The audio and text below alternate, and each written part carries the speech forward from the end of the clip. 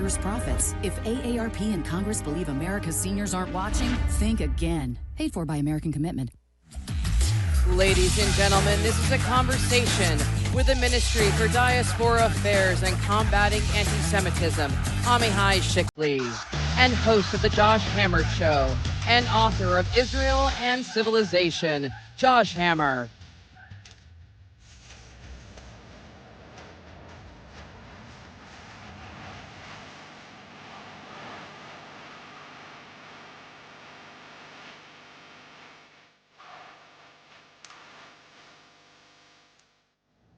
So good afternoon, CPAC. I'm not sure how many of you saw the images this morning, but we do have to start on a somewhat somber note. There were these terrible images of babies being returned in coffins from Gaza to Israel this morning there. And I want to toss it to the Israeli Minister of Diaspora Affairs and Combating Anti-Semitism, Amichai Chikli, is going to lead us in a moment of silence for these deceased hostages.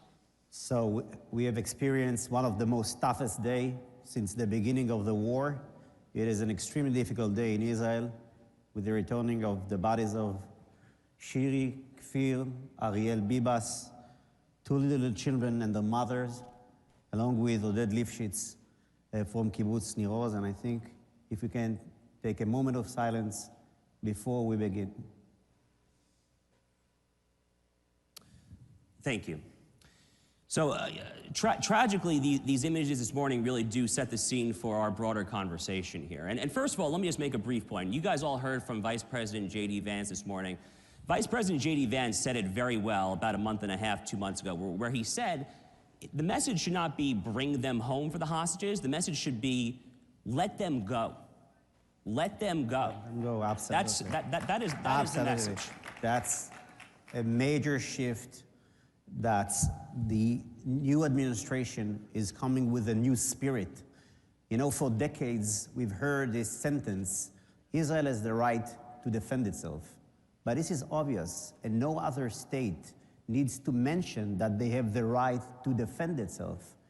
And this administration is coming with a different message, that Israel has the right and it's obliged to eliminate its enemies, to eradicate evil, as Marco Rubio said. And this is a totally different approach. And this is how you win wars. Well, in many ways, Amichai, I think Israel is teaching the West how to win a war, which the West has not really done, frankly, since World War II. But I want to just briefly talk about the broader war, which is the war for Western civilization actually itself. What is Western civilization? We talk about it here. To me, Western civilization is basically synonymous with the Bible. It all ultimately goes back, as we two Jews know all too well, to God's revelation to Moses at Mount Sinai. I mean, when we talk about defending the West, guys, Jews and Christians alike, we're talking about defending those very values and that very way of life.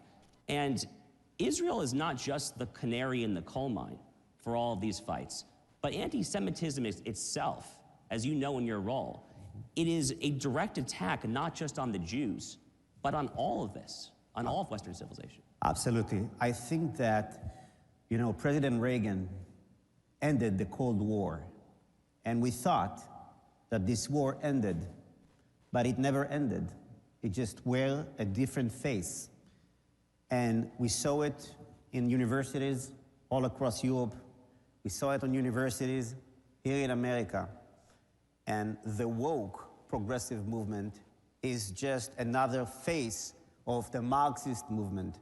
And in its root, this is a godless philosophy that denies the idea of truth.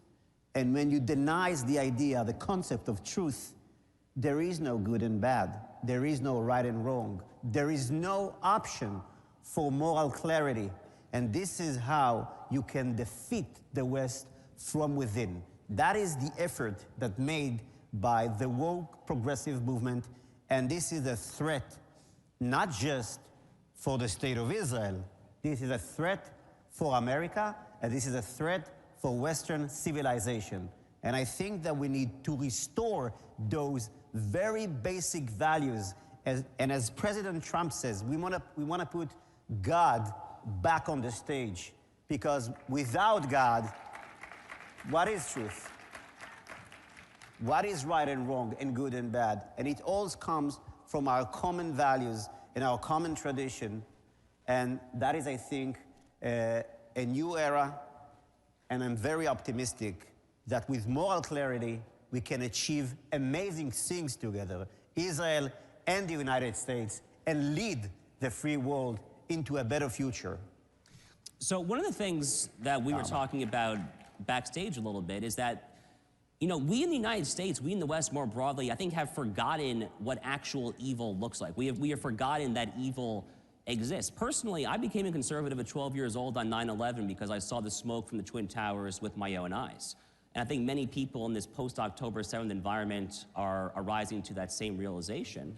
But we can't talk about evil, I think, specifically without talking about the Iranian regime, which is really kind of the root of the overwhelming majority of evil, not just in the Middle East, but frankly around the world more broadly. Maybe you could just talk a little bit about the specific threat from the Iranian regime and its proxies, and I think you might have a bit of a revelation for us when it comes to Iran. I came with some news, but before one word about the concept of evil. I think that, you know, it's frightening to expose our kids to the fact that, yes, the monster beneath the bed really exists. There is evil in this world, and we want, you know, to push away our children and the younger generation to believe that evil does not exist. We in Israel, unfortunately, even those of us who thought that there is no evil, met evil on its worst option on October 7th. We saw evil today in Gaza with the horrors of how the Hamas celebrated this moment of bringing the Bibas family and Oded Lifshitz. And I think that we have failed in the recent decades on educating our kids that evil exists, and we need to confront, and we need to fight, and we need to sacrifice, just like as we've done in the past decades. And this is something which I think that is also changing, and I'm also optimistic regarding to it, although it cost at a very high price. Now, with the Iranian regime, in Iran, Khomeini, who started the Iranian Revolution, he set America as the great Satan and Israel as the small Satan. Iran was and Iran is an enemy of America, an enemy of the state of Israel. And they are very determined in their efforts with their proxies. And one thing which is amazing that I would like to share with you, we have made a research and we found out that this entire campaign that tries to connect between Israel and genocide in Gaza, which is a ridiculous claim, because what we have in Gaza is a terror regime that seeks to commit genocide on our villages, on our communities. And what we found out, that this entire campaign started with the Revolutionary Guards posting again and again and again the message until it got received in the Western Hemisphere in Britain, with also Persian accounts, and then it got spread out. And we can see in the research that any time that the trend of the genocide in Gaza is going down, they are pushing more and more tweets from fake accounts. And this is an entire campaign that was led by Iran, and this is the first time that we can share it publicly with you here in CPAC. So this is a very, very big deal. I mean, this is an old tactic of the enemies of Western civilization. The Soviets did it once upon a time, trying to foment civic discord here in the United States, and now we see the face of evil yet again in the face of the Islamic Revolutionary Guard Corps. So, Amichai, the good news right now is that we have an administration here, the Trump-Vance administration, that is wholly committed, that is wholly dedicated not just to allowing Israel to fight our mutual enemies, but to actually combating anti-Semitism as well. And it's just a timely reminder that we are so blessed, truly, so blessed to be here at CPAC with good guys in charge, unlike the last 4 years, to be here at CPAC with guys who understand what the West is and what we stand for. So I know that you've had some meetings in your time in Washington here. Why don't you just talk a little bit about what it looks like from your perspective, what the administration is currently doing? So in the past few weeks, this administration has done more to combat anti-Semitism than in the entire past 4 years. And I'm speaking about, first, putting the task force led by Leon Torel, which is an amazing individual, an amazing leader, totally committed to combat anti-Semitism. And we met him this morning, and he is an amazing individual. I think we're going to see a shift in everything that regards combating anti-Semitism. Also, the defunding on universities who failed to combat anti-Semitism on universities, and many more decisions by this administration. And I think that this administration fully gets it.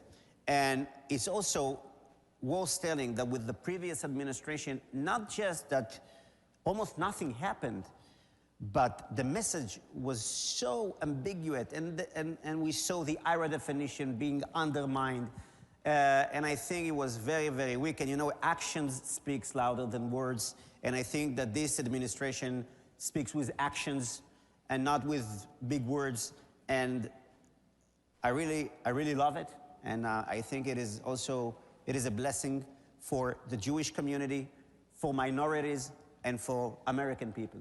You know, Teddy Roosevelt, the president, famously spoke of the man in the arena. That's his famous speech. And Donald Trump is nothing but the man in the arena. He is nothing if not that right now. So God bless Donald Trump. Amen. And God bless you, Amichai, and God bless you, CPAC. Thank you guys so much for having me. Thank you. Thank you.